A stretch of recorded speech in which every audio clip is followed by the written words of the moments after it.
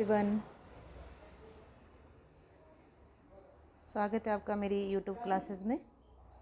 आज की क्लास में हम बात करने वाले हैं हिंदी साहित्य का इतिहास, यानी कुछ हम हिंदी साहित्य के क्वेश्चंस लेकर आई हूँ मैं आपके लिए। मोस्ट इम्पोर्टेंट ये रहने वाले हैं एलटी कमीशन और भी आपका जो एलटी टेट का भी एग्ज़ाम होने वाले उसके लिए मोस्ट इम्पोर्टेंट ये क्लासेस आपकी रहेगी। तो आज ये हमारी दूसरी क्लास है ना। फर्स्ट क्लास में हमने डिस्कस किया था भाषा के बारे में। आज हम बात करने वाले हैं कि हिंदी साहित्य से लगभग कितने क्वेश्चंस आपके यहाँ से बन सकते हैं, वो चीज़ हम यहाँ पर डिस्कस करने वाले हैं। तो करते हैं स्टार्ट इसको। देखिए पहला क्वेश्चन क्या कहता है कि हिंदी साहित्य के इतिहास का प्रथम लेखक कौन है। हिंदी साहित्य को लिखने का जिन्होंने वो क्या था अपना मतलब एक क्रेडिट लिया था, वो पहले लेखक कौन है यहाँ पर, तो आपको मालूम होगा सभी को, गारसादा तासी। गारसादा तासी यहाँ पर हिंदी साहित्य के इतिहास का प्रथम लेखक यहाँ पर माना जाता है। ठीक है, अगला क्वेश्चन देखिए, काशी नागरी परिचालनी सभा द्वारा हिंदी साहित्य का वृहत इतिहास कितने खंडों में विभक्त किया गया था। तो यहाँ पर अगर देखें तो वैसे तो इसका राइट आंसर हमारा 16 हो जाता है। 16 खंडों में इन्होंने इसको डिवाइड किया था, लेकिन यहाँ पर हमारे पास ऑप्शन में नहीं है, तो यहाँ पर हम ऑप्शन नंबर डी की तरफ जाएंगे, क्योंकि 18 या 16 आपको ऐसा भी यहाँ पर टिक कर सकते थे। अगर 16 होता तो 16 आपने ही यहाँ पर टिक करना था। अगला क्वेश्चन देखिए क्या कहता है, हिंदी साहित्य की भूमिका ग्रंथ का लेखक कौन है। मोस्ट इंपोर्टेंट हिंदी साहित्य के कुछ ग्रंथ रहते हैं हमारे पास, तो यानी हिंदी साहित्य की भूमिका ये आपका लिखा गया था आचार्य हजारी प्रसाद द्विवेदी के द्वारा, क्योंकि इन्होंने लगभग 3 ग्रंथ लिखे थे। तो इनमें से एक कौन सा है आपका हिंदी साहित्य की भूमिका, इनका मोस्ट इंपोर्टेंट ग्रंथ रहता है आचार्य हजारी प्रसाद द्विवेदी। अगला क्वेश्चन क्या कहता है कि हिंदी साहित्य के इतिहास लेखन की परंपरा में मिश्र बंधुओं ने मतलब किन ग्रंथों द्वारा अपना महत्वपूर्ण योगदान दिया था। तो मिश्र बंधु का एक कौन सा था हमारा ग्रंथ, ये इनका तो याद रखना भी बहुत आसान है। मिश्र बंधु विनोद के नाम से इन्होंने ग्रंथ लिखा था, क्योंकि हिंदी साहित्य के इतिहास लेखन की परंपरा में इनका बहुत ज़्यादा योगदान रहता है। लगभग इन्होंने 5000 कवियों को इसमें शामिल किया था, है ना। तो ये चीज़ यहाँ पर कहीं ना कहीं रामचंद्र शुक्ल भी मानते हैं कि मैंने भी इनके ही इतिहास ग्रंथ से कुछ चीज़ें उठाई थी, है ना। अगला क्वेश्चन देखिए क्या कहता है, हिंदी साहित्य के इतिहास लेखन से पूर्व किस प्रसिद्ध ग्रंथ में हिंदी के विभिन्न कवियों के जीवन वृत्त एवं उनकी जो कृतियाँ उनका परिचय मिलता है। तो यहाँ पर आप देखें तो अगर मैं बात करूँ यहाँ पर कि हिंदी साहित्य के इतिहास लेखन से पहले की बात कर रहा है कि किस ग्रंथ में हिंदी के अलग अलग कवियों के बारे में यहाँ पर देखने को मिलता है, तो यहाँ पर ऑप्शन एक देखिए, गुरु ग्रंथ साहिब में मिलता है, भक्त नामावली में मिलता है, या फिर आपका अगला ऑप्शन बनता है 84 वैष्णव की वार्ता में मिलता है, या फिर श्रृंगार संग्रह में मिलता है। तो यहाँ पर अगर मैं बात करूँ तो यहाँ पर आपका राइट आंसर होने वाला है क्या, सी ऑप्शन, क्योंकि 84 वैष्णव की वार्ता जो कि आपका है ना, जो कि आपका ये 84 वैष्णव की वार्ता विठलनाथ के पुत्र के द्वारा लिखा गया था, है ना। 84 वैष्णव की वार्ता है, 252 वैष्णव की वार्ता है, तो यहाँ पर आपका गोकुलनाथ के द्वारा ये लिखे गए थे दोनों ग्रंथ। तो यहाँ पर हमें सबसे पहले इनका वर्णन देखने को मिलता है। अगला ग्रंथ देखिए क्या कहता है, आचार्य, अगला क्वेश्चन है हमारे पास, आचार्य रामचंद्र शुक्ल का इतिहास ग्रंथ जो कि इन्होंने लिखा था हिंदी साहित्य का इतिहास स्वतंत्र पुस्तक के से पहले किस रूप में प्रकाशित हुआ था। जब तक ये मतलब एक इंडिपेंडेंट बुक नहीं थी तब तक ये किस नाम से प्रकाशित हुआ था, तो याद रखिएगा ये हुई थी हिंदी शब्द सागर की भूमिका के नाम से ये प्रकाशित हुआ था, और ये हिंदी नागरी परिचालनी सभा में प्रकाशित होती है। अगला क्वेश्चन देखो क्या कहता है कि the modern vernacular literature of Hindustan का लेखक कौन है। बहुत इंपॉर्टेंट ग्रंथ है हमारा, है ना। The modern vernacular literature of Hindustan के ग्रंथ का मतलब इनके ग्रंथकार कौन है, तो ये आपके जॉर्ज ग्रियर्सन, इन्होंने लिखा था ये the modern vernacular literature of Hindustan. ठीक है, और ये इसी से ही मतलब एक शुरुआत मानी जाती है, क्योंकि इन्होंने किस क्रम से रखा था, कवियों के मतलब एक क्रम के हिसाब से रखा था, जिस हिसाब से कवि का जन्म हुआ उस हिसाब से उन्होंने अपने ग्रंथ में कवियों को स्थान दिया था। ठीक है, अगला क्वेश्चन देखिए क्या कहता है, हिंदी साहित्य की परंपरा में सर्वोच्च स्थान किस लेखक को मिला है। अगर मैं सबसे सर्वोच्च स्थान की बात करूं कि सबसे सर्वोच्च स्थान किसको मिलता है, राम कुमार वर्मा को है, शिव सिंह सेंगर को है, रामचंद्र शुक्ल को, या धीरेन्द्र वर्मा को है। तो ये आपका किसको रहेगा, रामचंद्र शुक्ल को रहेगा, क्योंकि इन्हीं हम सेंटा क्लोज के नाम से जानते हैं, क्योंकि इन्होंने जितने भी तथ्य दिए हैं वो फैक्ट इनके जो रहे हैं उनको कोई मतलब कि नकार नहीं सकता है, तो इनको सबसे ज़्यादा इंपॉर्टेंट माना जा सकता है। अगला क्वेश्चन देखिए क्या है, गारसादा तासी ने इस्तवार द ललितृत्र एंदुए हिंदुस्तानी ग्रंथ की रचना किस भाषा में की थी। तो ये इनका किस भाषा में था, फ्रेंच भाषा में लिखा गया था। ये सबसे पहला ग्रंथ जो माना जाता है आपका इस्तवार द ललितृत्र एंदुए हिंदुस्तानी। इसका अगर मैं बात करूँ तो इसे हम क्या कहते हैं, उर्दू हिंदी साहित्य का इतिहास हम कहेंगे, क्योंकि इस्तवार यानी इतिहास है ना, लिटरेचर यानी साहित्य, एंदी यानी हिंदी, और हिंदुस्तानी यानी उर्दू की बात करता है। तो उर्दू हिंदी साहित्य का इतिहास अगर हम इसका अनुवाद करते हैं तो ये बनता है। ठीक है, अगला क्वेश्चन क्या कहता है, हिंदी साहित्य नामक इतिहास ग्रंथ का संपादन किसने किया था। मोस्ट इंपॉर्टेंट क्वेश्चन रहता है, कई बार पूछा भी जाता है कि हिंदी साहित्य, संपादक अलग होता है, लेखक अलग होता है। देखिए संपादन किसने किया था, तो ये बहुत इंपॉर्टेंट क्वेश्चन बनता है। डॉक्टर धीरेन्द्र वर्मा ने इसका संपादन करवाया था। ठीक है, क्वेश्चन नंबर 60 का बी ऑप्शन आपका बिल्कुल सही हो जाएगा कि डॉक्टर धीरेन्द्र वर्मा ने हिंदी साहित्य नामक इतिहास ग्रंथ का संपादन करवाया था। अगला क्वेश्चन देखिए क्या कहता है, किस आलोचक ने आदिकाल को बीज वपन काल नाम दिया था। बहुत इंपॉर्टेंट क्वेश्चन ये, क्योंकि आदिकाल के अलग अलग नामकरण हुए, किसी ने बीज वपन कहा है ना, किसी ने वीर गाथा काल कहा है, किसी ने वीर काल कहा है। तो यहाँ पर देखिए अगर मैं इस क्वेश्चन के हिसाब से देखूँ तो यहाँ पर महावीर प्रसाद द्विवेदी ने इसे क्या कहा था बच्चे, तो इसे बीज वपन काल का नाम दिया था। आदिकाल नाम किसने दिया था, हजारी प्रसाद द्विवेदी ने और रामचंद्र शुक्ल ने कहा था, है ना। तो ये चीज़ थोड़ा सा आपने ध्यान रखना है। वीर काल नाम दिया था राम कुमार वर्मा ने, है ना। ये चीज़ें थोड़ा सा आप यहाँ पर ध्यान में रखिएगा। अगला क्वेश्चन देखिए क्या कहता है, सरप्पा की को हिंदी का प्रथम कवि किसने माना था। सरप्पा को यानी जो सिद्धों के थे आपके सरप्पा, इनको पहला कवि किसने माना था, तो याद रखिएगा यहाँ पर जो हमारा आंसर बनेगा वो है आपका राहुल सांकृत्यायन ने। ये बोलते थे कि जो सरप्पा है भाई ये हिंदी के आपके क्या है, प्रथम कवि माने जा सकते हैं। बहुत इंपॉर्टेंट क्वेश्चन है, 1000 बार रिपीट होता है LT टेट में खासकर, तो इसको आप थोड़ा सा ध्यान में रखिएगा। अगला क्वेश्चन देखिए क्या बनता है, 63 क्या कहता है यहाँ पर देखिए, आचार्य रामचंद्र शुक्ल ने हिंदी साहित्य के प्रारंभिक इतिहास को किस नाम से अभिहित किया था। जैसा कि मैंने अभी आपको बताया, इन्होंने आदिकाल भी कहा था, लेकिन इन्होंने सबसे सटीक क्या कहा था इनमें, तो यहाँ पर आप ध्यान रखना है वीरगाथा काल। आदिकाल भी इन्होंने इन दोहरे नामकरण का इन्होंने प्रयोग किया था। बच्चे याद रखिएगा कि इन्होंने, अगर कभी आएगा कि आचार्य रामचंद्र शुक्ल ने जो काल का विभाजन किया था किस आधार पर किया था, तो प्रवृत्ति के आधार पर ये करते थे, है ना। ये थोड़ा सा आपने ध्यान रखना है, प्रवृत्ति के आधार पर इन्होंने कालों का विभाजन किया था। ठीक है, और सबसे सटीक भी हम इनका ही मानते हैं, क्योंकि इन्होंने काल का विभाजन लगभग 900 वर्षों के इतिहास को इन्होंने 4 कालखंडों में डिवाइड किया था। थोड़ा सा आपने यहाँ पर ध्यान रखना है। ठीक है, अगला क्वेश्चन देखिए क्या कहता है, हिंदी साहित्य के अंतर्गत किस काल को हिंदी साहित्य का स्वर्णयुग कहा जाता है। कि किस काल को भी हिंदी साहित्य का स्वर्ण काल कहा जाता है, तो याद रखिएगा वो कहा जाता है आपका भक्ति काल को। भक्ति काल को स्वर्णयुग के नाम से हम जानते हैं। नेक्स्ट क्वेश्चन क्या कहता है यहाँ पर, आदिकालीन कृति ढोला मारूरा दोहा की गणना किस साहित्य के अंतर्गत की जाती है। जो ढोला मारूरा दोहा है आपका, ये किसके अंतर्गत है, रासो है, जैन साहित्य है, सिद्ध साहित्य या लौकिक साहित्य है। तो ये आप ध्यान रखिएगा, ये जो हमारा है ये किसके अंतर्गत आता है, ढोला मारूरा दोहा ये लौकिक साहित्य के अंतर्गत आता है। ये लौकिक साहित्य में आता है आपका, है ना, ढोला मारूरा दोहा। ठीक है, ढोला मारूरा दोहा।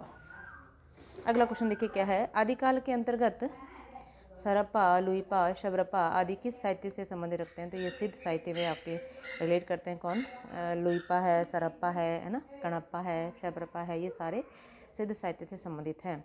अगला क्वेश्चन देखिए क्या कहता है, आचार्य रामचंद्र शुक्ल के अनुसार हिंदी का प्रथम महाकाव्य कौन सा है। प्रथम महाकाव्य की बात कर रहे हैं, तो प्रथम महाकाव्य आपका कौन सा मानते हैं, पृथ्वीराज रासो, है ना। और चंद्रवरदाई को ये प्रथम महाकवि भी मानते हैं। कौन, आचार्य रामचंद्र शुक्ल। बेशक इन्होंने पृथ्वीराज रासो को लेकर इन्होंने बोला था कि यह अर्ध प्रमाणिक है ना, ये चीज़ इन्होंने रखा था यहाँ पर। तो कहीं ना कहीं इसको ये प्रमाणिक नहीं मानते थे, क्योंकि कहीं ना कहीं बोलते हैं कि इसमें भी वीर गाथा वाला मतलब वीरता तो है, लेकिन कहीं ना कहीं इसमें इन्होंने बोला था कि भाई कुछ चीज़ें इसमें काल्पनिक भी रखी गई है। अगला क्वेश्चन देखिए क्या कहता है, 68 की आदिकाल की रूढ़ियों, परंपराओं और प्रवृत्तियों को समझने में किस पुस्तक से सहायता मिलती है। किस पुस्तक से सहायता मिलती है, 68 का यहाँ पर जो हमारे पास आंसर बनेगा वो है प्राकृत पैंगलम। यहाँ से हमें क्या मिलता है कि आदिकाल में जो रूढ़ियाँ थी, परंपराएं थी और जो प्रवृत्तियाँ थी यानी विशेषताएं जो रही है आदिकाल की, वो किस बुक में खासकर अच्छे से लिखी गई है, तो वो आपकी प्राकृत पैंगलम में लिखी जा चुकी है। अगला क्वेश्चन देखिए क्या कहता है, 69 पृथ्वीराज रासो का रचयिता किसे माना जाता है। तो इंपॉर्टेंट क्वेश्चन है, किसको माना जाता है बच्चे, तो चंद्रवरदाई को माना जाता है। अगला क्वेश्चन देखिए, रासो काव्य परंपरा में गेय काव्य कौन सा है। रासो काव्य परंपरा में यानी जो रासो काव्य आपके लिखे गए थे उसमें गेय काव्य कौन सा है, तो ऑप्शन के हिसाब से देखेंगे। यहाँ पर ऑप्शन नंबर 1 क्या दिया गया है, देखिए विसलदेव रासो है, परमाल रासो है, वर्ण रत्नाकर है या राउल वेल है।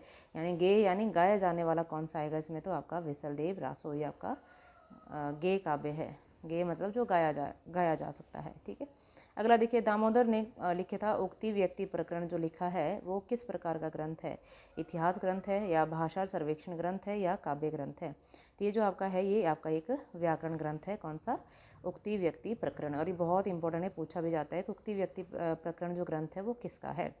अगला क्वेश्चन देखिए क्या कहता है, आदिकाल में खड़ी बोली को काव्य की भाषा बनाने वाले पहले कवि कौन थे। आदिकाल में खड़ी बोली को जिसने तवज्जो दी थी वो कौन से कवि थे बच्चे, तो वो थे आपके कौन, अमीर खुसरो।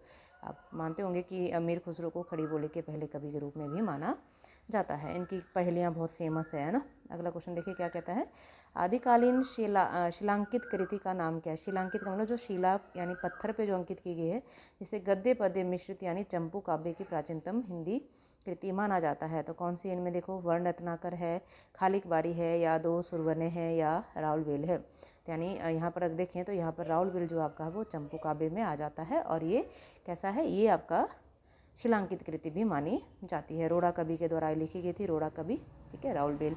अगला देखिए 74 क्या कहता है, अमीर खुसरो किस तरह की रचनाओं के लिए प्रसिद्ध रहे हैं। पहेलियाँ लिखी इन्होंने, मुकरियाँ, गज़ल, गीत, दोहे। तो याद रखिएगा जो अमीर खुसरो है वो पहेलियाँ और मुकरियों के लिए फेमस रहे हैं आपके कौन, अमीर खुसरो। अगला क्वेश्चन देखिए क्या कहता है, आदिकालीन साहित्य में वीर रस की रचनाओं में किस शैली का प्रयोग किया गया है। आदिकालीन साहित्य में वीर रस की रचनाओं में किस शैली का प्रयोग किया गया है। वीर प्रधान रचनाएं जो लिखी गई है उसमें पिंगल है, डिंगल शैली है, दोहा चौपाई है, या कवित सवैया है। तो यहाँ पर याद रखिएगा डिंगल थोड़ी सी कर्कश हुआ करती थी, है ना। पिंगल थोड़ी सी कर्णप्रिय यानी कि जो कानों को अच्छी लगती थी सुनने में, वो हुआ करती थी पिंगल शैली, ठीक है। अगला क्वेश्चन देखिए क्या कहता है, आदिकाल के किस पंथ से भक्ति काल के संत मत का विकास हुआ था। अगर मैं बात करूं कि भक्ति काल के भी आगे 4 पाठ होते हैं, तो संत जो काव्य था वो किससे विकसित हुआ है, तो बौद्ध, जैन, नाथ या वज्रयान। तो याद रखिएगा ये आपका नाथ की ही आगे जाके क्या हुआ, एक मत बन जाता है। नाथ की ही जैसे कबीर वगैरह है ना, इन्होंने नाथ पंथ में जो कुछ शिक्षाएं कही गई थी उसका इन्होंने अनुकरण किया था आगे जाके। तो ये चीज़ यहाँ पर आपको ध्यान रखना है कि संत मत का विकास कहाँ से हुआ है, तो नाथ पंथ से ये आपका निकला था। अगला देखिए, डॉक्टर राम कुमार वर्मा ने आदिकाल का नामकरण किस रूप में किया है। राम कुमार वर्मा ने आदिकाल का नामकरण किस रूप में किया है। अपभ्रंश काल के रूप में, संधि काल या आचरण काल, सिद्ध सामंत काल या अंधकार काल। बहुत इंपॉर्टेंट नामकरण को लेकर, नामकरण की मैं एक पूरी की पूरी आपको छोटी सी वीडियो डाल दूंगी। आदिकाल के नाम और रीतिकाल के नाम, 2 काल के नाम में थोड़ा सा विवाद रहा है जिनके थोड़े से नामकरण हुए हैं। यहाँ पर देखिए अपभ्रंश काल बोला था डॉक्टर राम कुमार वर्मा ने, या फिर संधि काल या चारण काल बोला, या अंधकार काल बोला, या सिद्ध सामंत काल। तो याद रखिएगा इन्होंने कहा था संधि काल और चारण काल। जॉर्ज ग्रेसन भी चारण काल ही कहते हैं, लेकिन संधि काल और चारण काल इन्होंने कहा था डॉक्टर राम कुमार वर्मा ने आदिकाल का नाम रखा था। सिद्ध सामंत काल किसने रखा था, तो राहुल सांकृत्य ने ये नाम दिया था, ठीक है। अगला क्वेश्चन देखिए क्या कहता है, 17 नाथ पंथ का प्रवर्तक कौन है। तो आपको सभी को मालूम होगा ये क्वेश्चन, तो नाथ पंथ को कौन लेकर आया था, तो ये था आपके गोरखनाथ। यहाँ पर देखिए क्या आंसर दिया गया है, गोरखनाथ, चौरंगीनाथ, चुनरकरनाथ या गोपीचंद। तो यहाँ पर आंसर बन जाएगा आपका 78 का गोरखनाथ। अगला देखिए क्या कहता है, कीर्ति लता और कीर्तिपता के कवि की रचना किस कवि की रचना है। तो बहुत इंपॉर्टेंट है आपकी कीर्ति लता और कीर्तिपता का, ये विद्यापति की रचना है। आदिकाल के कवि हुए हैं आपके विद्यापति, और आपके अमीर खुसरो, ये दोनों के दोनों जो आपके हैं ये आदिकाल के कवि ही रहे हैं। अगला क्वेश्चन देखिए क्या कहता है, 10वीं से 14वीं शताब्दी का काल जिसे हिंदी का आदिकाल कहते हैं, भाषा की दृष्टि से अपभ्रंश का ही बढ़ाव है, यह कथन किसने कहा था। ठीक है, कि भाई जो 10वीं से लेकर 14वीं शताब्दी तक का जो समय है वो क्या कहलाता है आपका आदिकाल का समय। आपको मालूम होगा कहाँ से कहाँ तक, देखो 10 आदिकाल का टाइम पीरियड हमारे पास क्या बनता है, 1050 से 1375, ठीक है, 1050 से लेकर 1375 तक आदिकाल का समय। तो यही आगे देखो 10वीं शताब्दी से लेकर 10वीं, ये आपका विक्रमी संवत में चलता है, तो इसलिए इसमें आप 57 लेस कर सकते हैं, तो 900 कुछ निकल के आ जाएगा यहाँ पर, ठीक है। तो यानी कि 1050 से लेकर 1375 तक समय क्या कहलाता है आपका आदिकाल। 1375 से आपका 1700 तक का आपका भक्ति काल आ जाएगा, 1700 से 1900 तक का आपका रीतिकाल आ जाएगा, और 1900 से आगे वाला आपका आधुनिक काल में आ जाता है। तो ये आपके 4 काल यहाँ पर डिवाइड किए गए थे, ठीक है। अगला क्वेश्चन यहाँ पर क्या कह रहा है कि ये कथन किसका है, तो ये कथन आपका किसका है बच्चे, तो ये आप ध्यान रखें, आचार्य हजारी प्रसाद द्विवेदी ने ये कहा था, ठीक है। कि अपभ्रंश भाषा का इसमें बोलबाला रहा था, तो इसको यहाँ पर हजारी प्रसाद द्विवेदी यहाँ पर आप आंसर लगा सकते हैं। अगला क्वेश्चन देखिए, आदिकाल को चारण काल की संज्ञा देने वाले विद्वान कौन थे? तो अभी देखिए अगर ऑप्शन के हिसाब से मैं देखूँ तो जॉर्ज ग्रियर्सन, मैंने आपको कहा था कि जॉर्ज ग्रियर्सन ने भी इसको क्या कहा था, चारण काल की संज्ञा दी थी। अगला क्वेश्चन देखिए क्या कहता है, हिंदी साहित्य के अंतर्गत सिद्धों की संख्या कितनी मानेंगे? मोस्ट इंपॉर्टेंट क्वेश्चन है आपका, कितनी है? तो 84। सिद्धों की संख्या कितनी रहती है बच्चे? तो 84, जिसमें सबसे पहला किसको मानते हैं? हम सरप्पा को ही मानते हैं।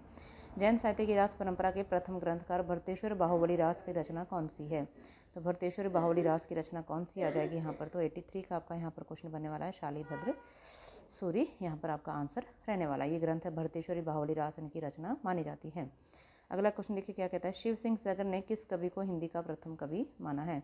शिव सिंह सैगर ने किस कवि को माना है? तो यहाँ पर आ जाएगा पुष्य या पुंड, वही है पुष्य मित्र जिनको हम कहते हैं, वही है ये पुष्य या पुंड के नाम से भी ये जाने जाते हैं। 85 का क्वेश्चन देखिए क्या कहता है, जय मयंक जस चंद्रिका की रचना किस कवि की है? तो भट्ट केदार की है, गोपीचंद की है, या ज्योतिश्वर ठाकुर की है, मधुकर कवि की है?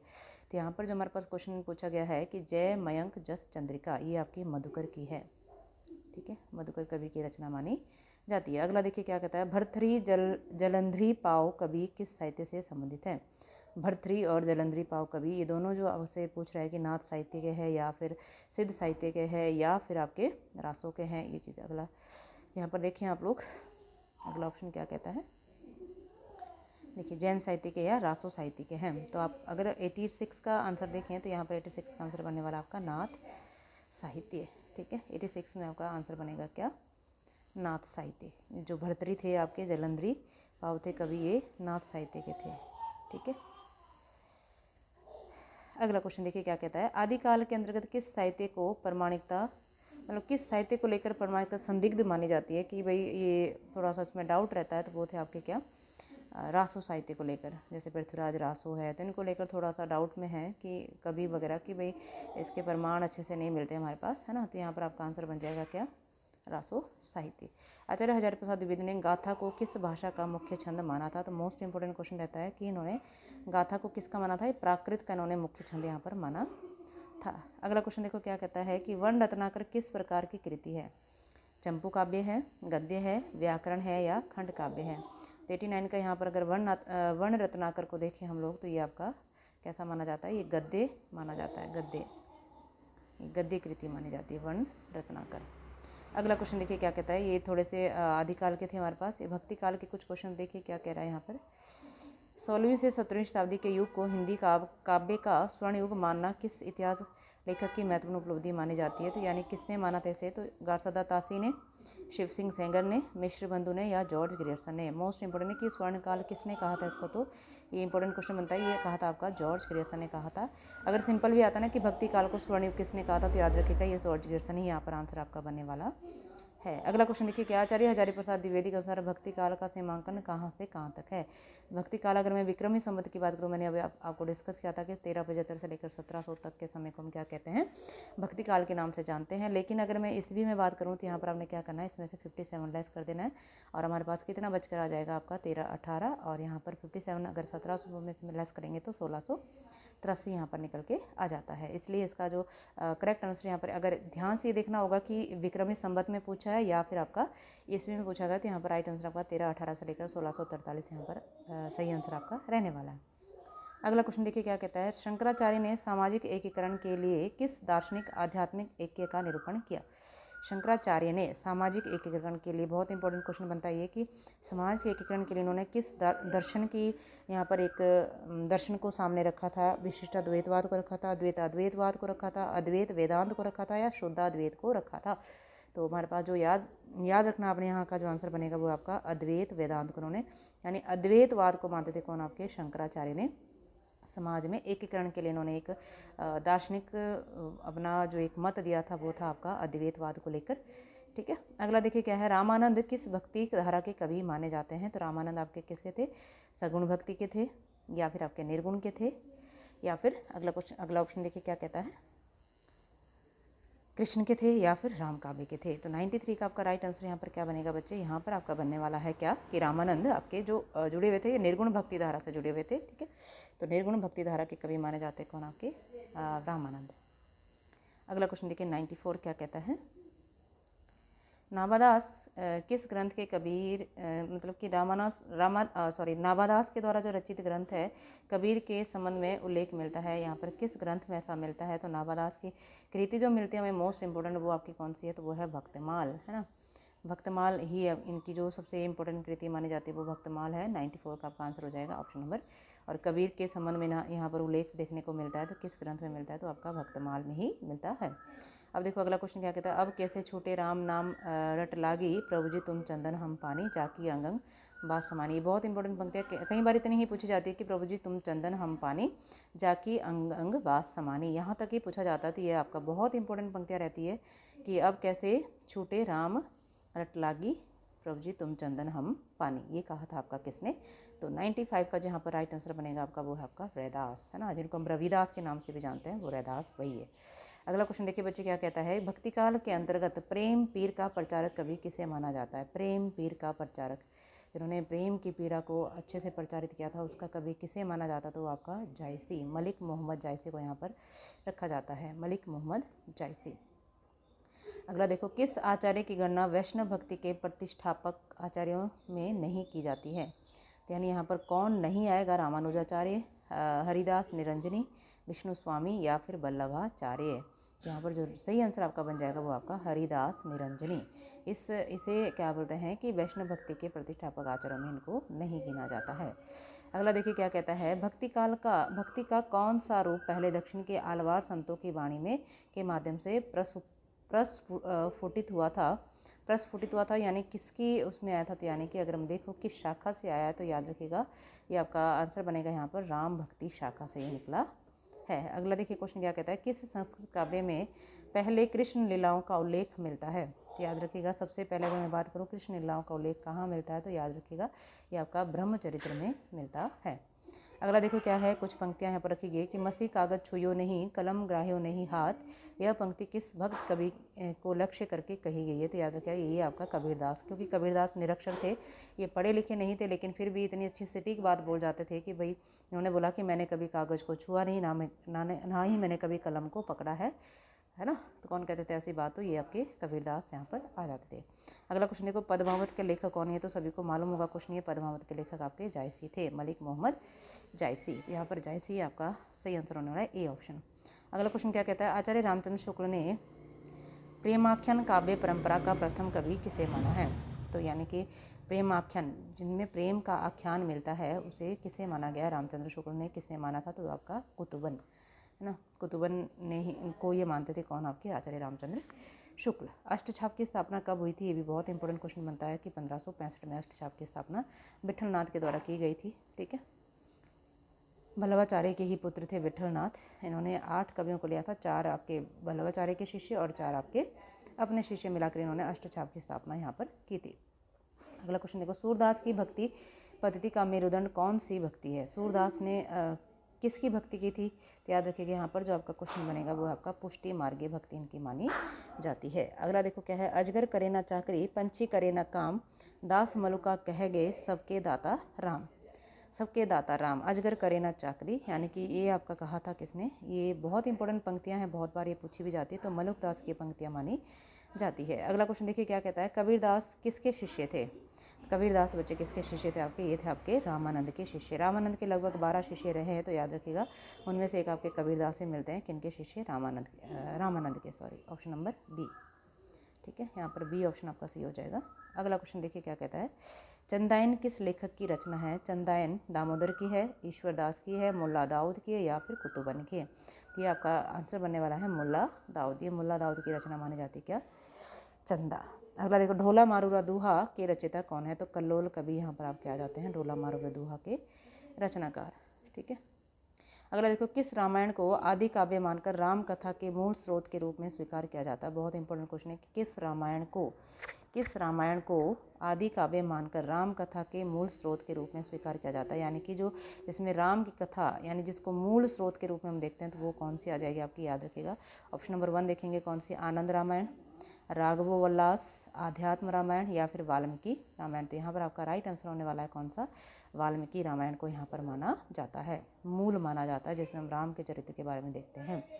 अगला क्वेश्चन देखो, जानकी हरण का रचयिता कौन है? तो जानकी हरण एक ग्रंथ है आपका जिसमें जानकी के हरण को लेकर लिखा गया है, तो वो आपका कौन आ जाएगा? कुमार दास। ये भी आपके लिए नया क्वेश्चन यहाँ पर बन जाता है, कुमार दास इसके रचनाकार बन जाते हैं। अगला क्वेश्चन देखो क्या कहता है, रज्जब, सुंदरदास, प्रागदास आदि संत कवि किस पंथ के अनुयायी थे? जो रज्जब थे, सुंदरदास थे, किस पंथ के थे? नानक पंथ के थे, दादू पंथ के थे, कबीर पंथ के थे, या फिर इस्लाम पंथ के थे? तो इस क्वेश्चन का याद रखिए, दादू पंथ के आपके क्या माने जाते हैं? अनुयायी माने जाते हैं, क्योंकि सुंदरदास के गुरु ही क्या थे आपके? दादू पंथ माने, दादू दयाल उनको माना जाता है, दादू दयाल को। ठीक है, अगला देखिए क्वेश्चन क्या कहता है, रामलला नहचू किसकी रचना है?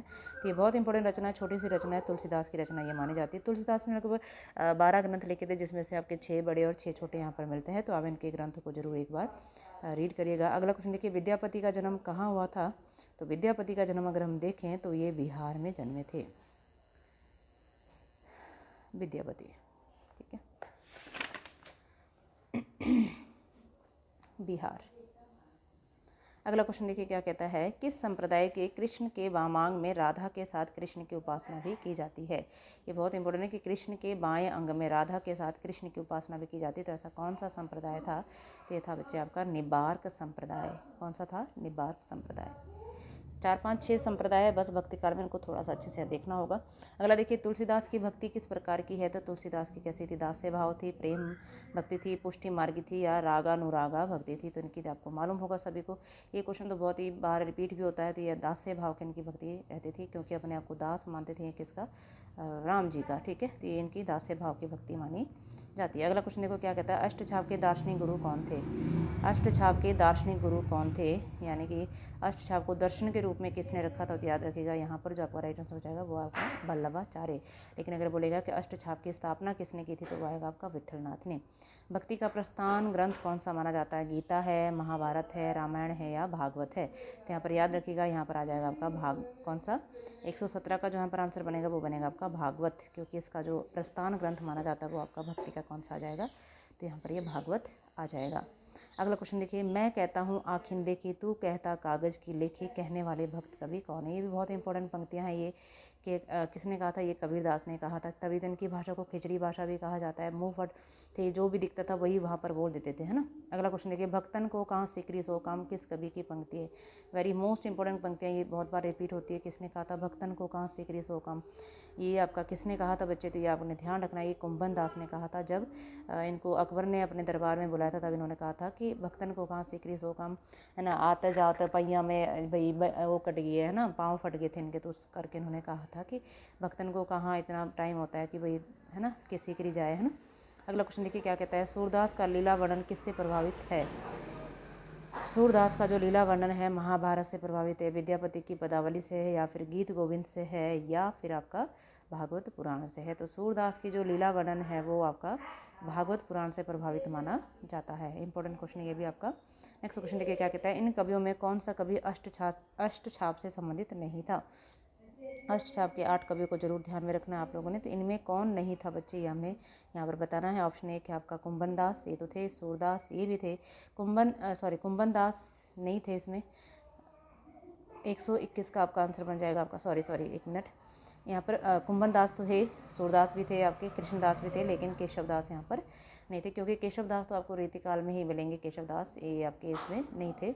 अगला क्वेश्चन देखिए, तुलसीदास ने जो विनय पत्रिका लिखी है, इसकी रचना इन्होंने किस भाषा में की थी? तो याद रखिएगा, विनय पत्रिका की रचना इन्होंने किस में की थी बच्चे? तो याद रखना है इस क्वेश्चन का आंसर आपका ब्रज भाषा में।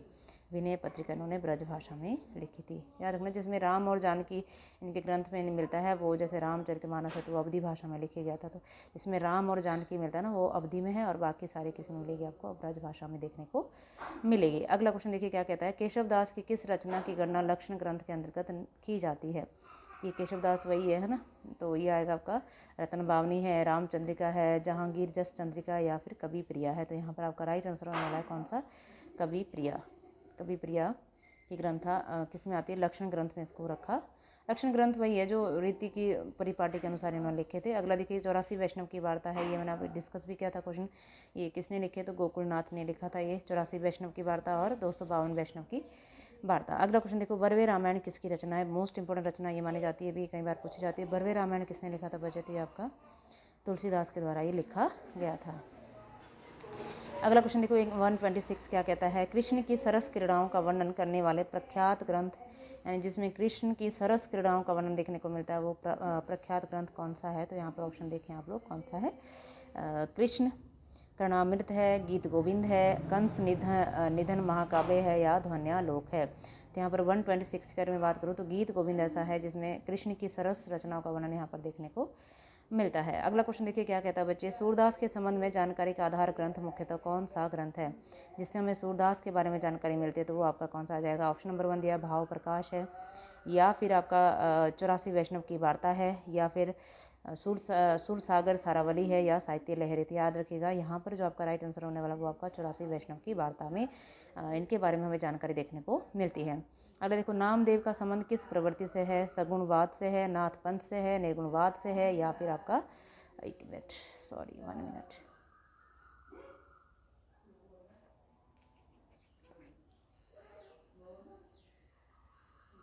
128 का आंसर देखिए, निर्गुणवाद से इनका हम संबंध मानते हैं। नामदेव आपके किससे जुड़े हुए थे बच्चे, निर्गुणवाद से।